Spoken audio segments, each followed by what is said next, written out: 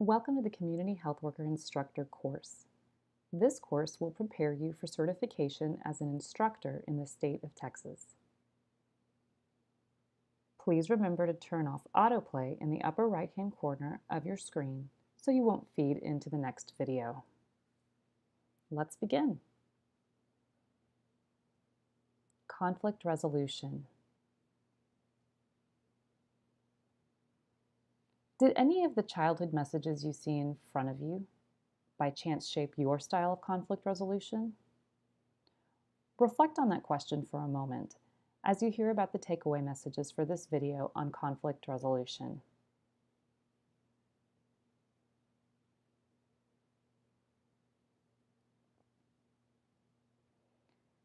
Conflict is a naturally occurring phenomenon that has both constructive and destructive potential, depending on how it's managed. Conflict is a natural part of our lives and integral to every agency, organization, and nation. According to K.W. Thomas and R.H. Kilman, there are 5 conflict management styles: accommodating, avoiding, collaborating, competing, and compromising.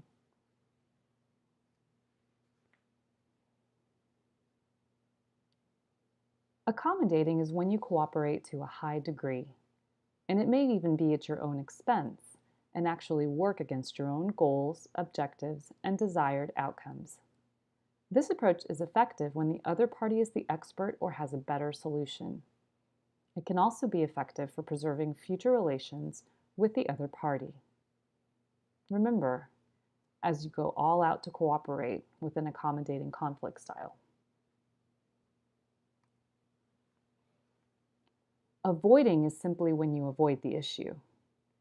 You aren't helping the other party reach their goals, and you aren't assertively pursuing your own.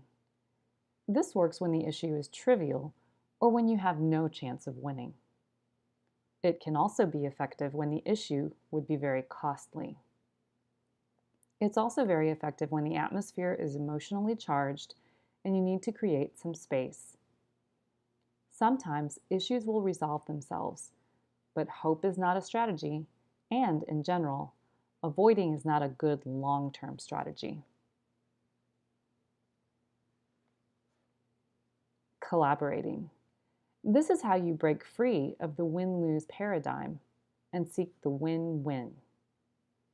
This can be effective for complex scenarios where you need to find a novel solution. This can also mean reframing the challenge to create a bigger space and room for everybody's ideas.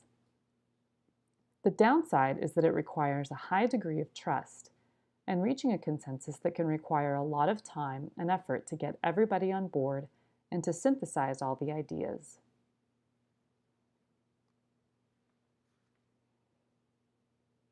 When your conflict style is competing, you act in a very assertive way to achieve your goals without seeking to cooperate with the other party, and it may be at the expense of the other party.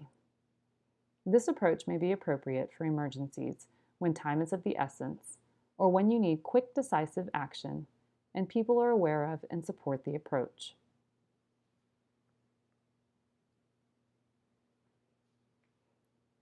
The 5th conflict style is compromising. This is the lose-lose scenario where neither party really achieves what they want.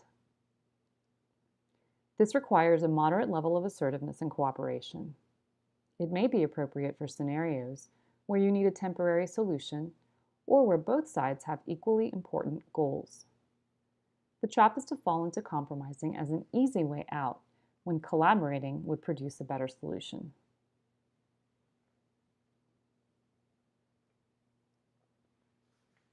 By knowing your own default patterns, you improve your self-awareness. Once you're aware of your own patterns, you can pay attention to whether they are working for you and you can explore alternatives. Understanding others' conflict style can also help with resolving an issue because it can help you understand how to approach the situation.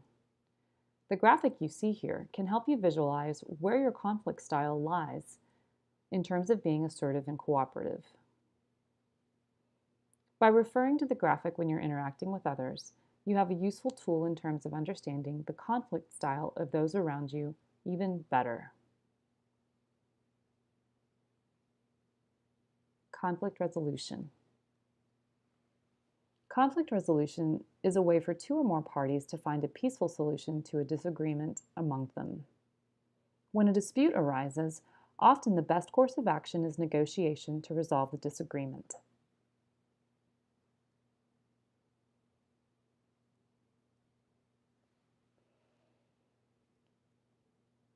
You can't consider conflict resolution without considering negotiation. Negotiation is a way for people to settle their differences, compromise or agree, and along the way avoid argument and dispute. The goals of negotiation are to produce a solution that all parties can agree to work as quickly as possible to find this solution, and to improve, not hurt, the relationship between groups in conflict. When a dispute arises, often the best course of action is negotiation to resolve the disagreement. Conflict resolution through negotiation can be good for all parties involved. Often, each side will get more by participating in negotiations than they would by walking away, and it can be a way for your group to get resources that might otherwise be out of reach. Some other good reasons to negotiate are to understand more about those ideas, beliefs, and backgrounds that may be different from your own. In order to resolve conflict, you'll need to look at the conflict from your opponent's point of view and learn more about this person or group's perspective and motivations. To ensure that your relationships with opponents continue and grow. If you make peace with your opponents, you increase your own allies in the community. Successful negotiations pave the way for smooth relationships in the future. It can also improve communication. Full-blown battles use up resources. It's best to find peaceful solutions to difficult solutions. Otherwise, resources like time, energy, good reputation, and motivation may be lost. By negotiating, you avoid wasting these resources, and you may actually make new allies and find new resources. In order to achieve a desirable outcome, it may be useful to follow a structured approach for negotiation. For example, in a work situation, a meeting may need to be arranged in which all parties involved can come together.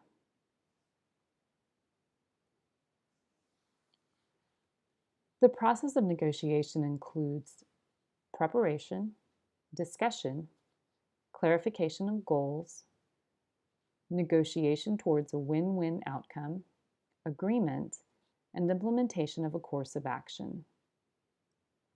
If both parties don't reach a mutually beneficial agreement, then go through these steps again at another scheduled time until the parties do reach agreement.